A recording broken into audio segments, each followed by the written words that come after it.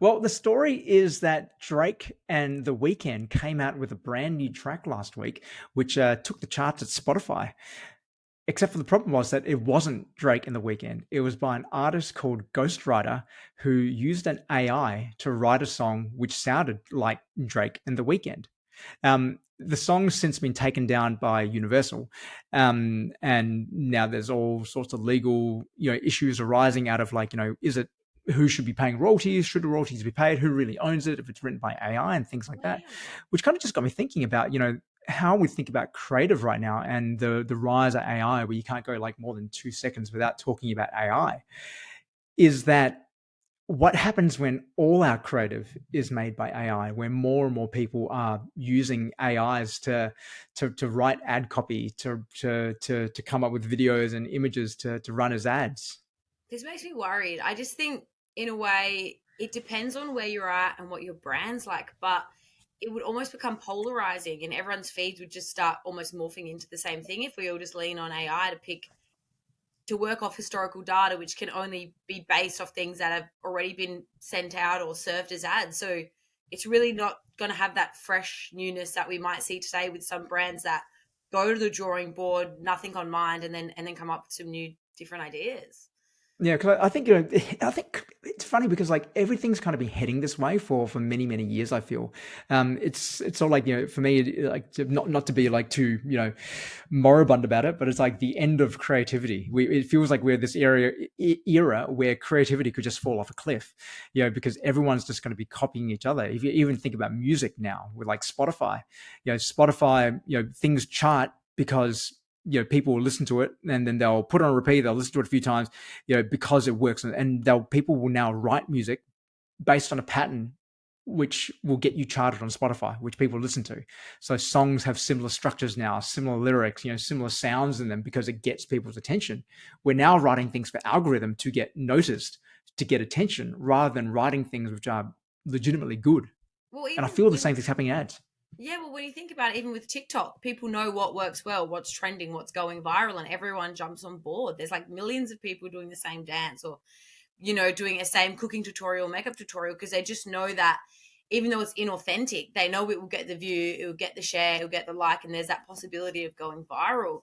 So I feel like although like people want uniqueness, everyone's sort of conforming to what the algorithm's telling them's what's good. And then that's worrying if that's something that brands start to lean into because, you know, even with like the updates with like Facebook and all the other platforms where it's becoming quite algorithm centric, what will make you stand out to the crowd and be someone that people want to look at is if you're a little bit different. Otherwise you look like any other dropshipping brand if you don't have that kind of uniqueness and freshness of your own brand tone.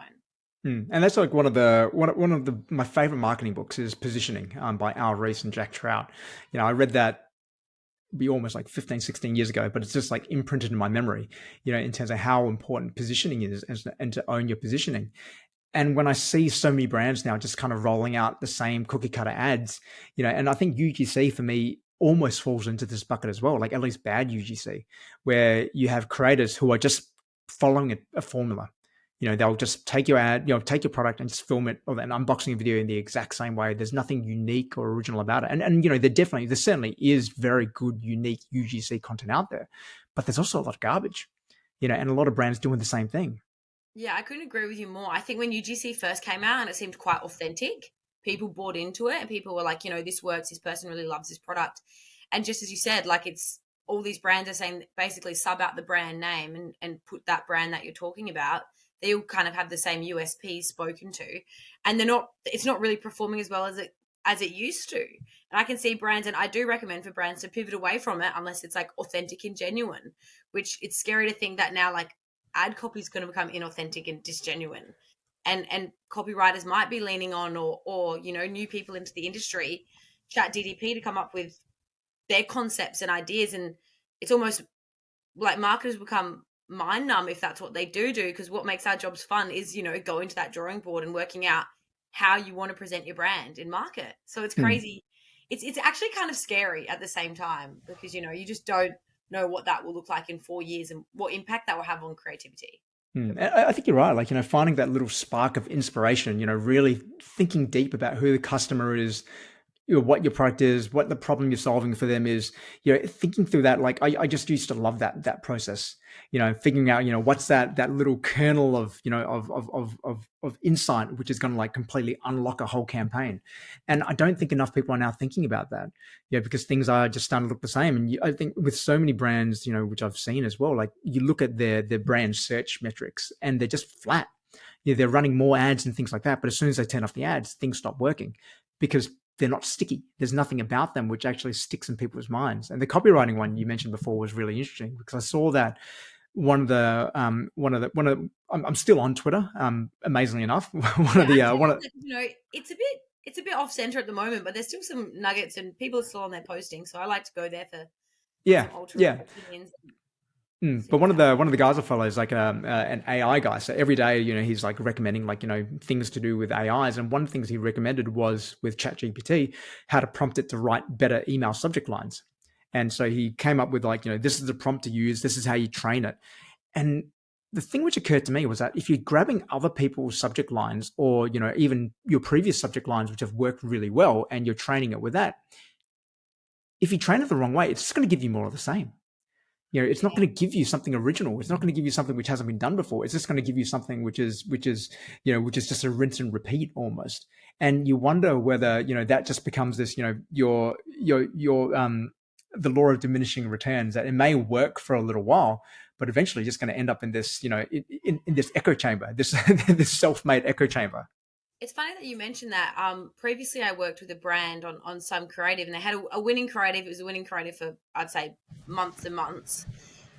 Because our format worked once, they continued to try to replicate it again and again and again, and it just didn't see those results. But that one ad, the return on investment was amazing. The click-through rate was great. The thumbs-up ratio was amazing. But just because it worked that one time and in that instance and had that certain data behind it and performed really well, when it was replicated with a different, say, model, different,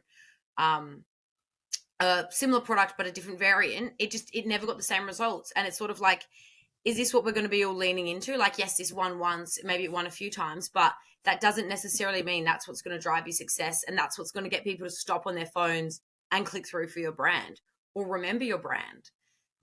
There's no guarantees. So how do you reckon that we can stay creative in this age of AI? Well, AI freaks me out.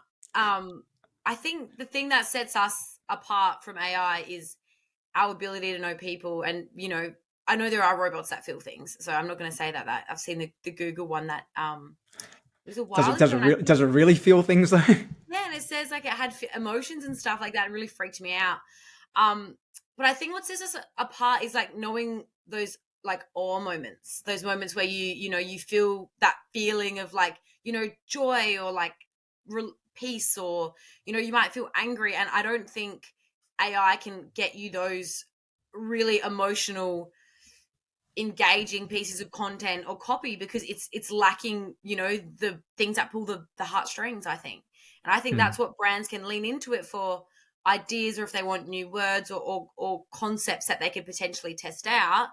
But I definitely think you need that person and that emotion and that knowledge for the brand that you're working with, or, the brand that you own or the company that you work for, that the robot or the AI, it doesn't know that. And that's what will set us apart from the robots, because essentially there's so many jobs that they're already taking. So we've got to keep creativity somehow and keep it real.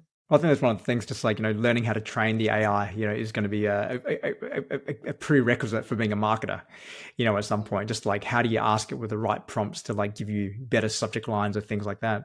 One AI, which I've been playing around with quite a bit, is one called Midjourney, which is AI generated artwork, pretty much. And I actually found that, that when you mentioned emotion before was quite interesting, because I prompted it with words about emotion, like people would feel like content, satisfied, restful, things like that. And it actually did a really good job, like showing that. Really? Yeah, it was really funny. But, and you would never run something like that as an ad, like straight out of the box, because like not yet anyway. Like some of it, like even the photorealistic does look photorealistic, except for it's rendered the woman without any legs.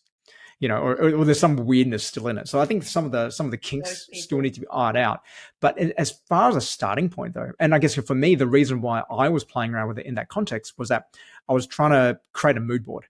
Create some inspo to provide to a graphic designer, to be able to turn it into an ad. So I was like, okay, well, this is what's in my head. I'm going to try to get the AI to produce something which will show sort of what it's like.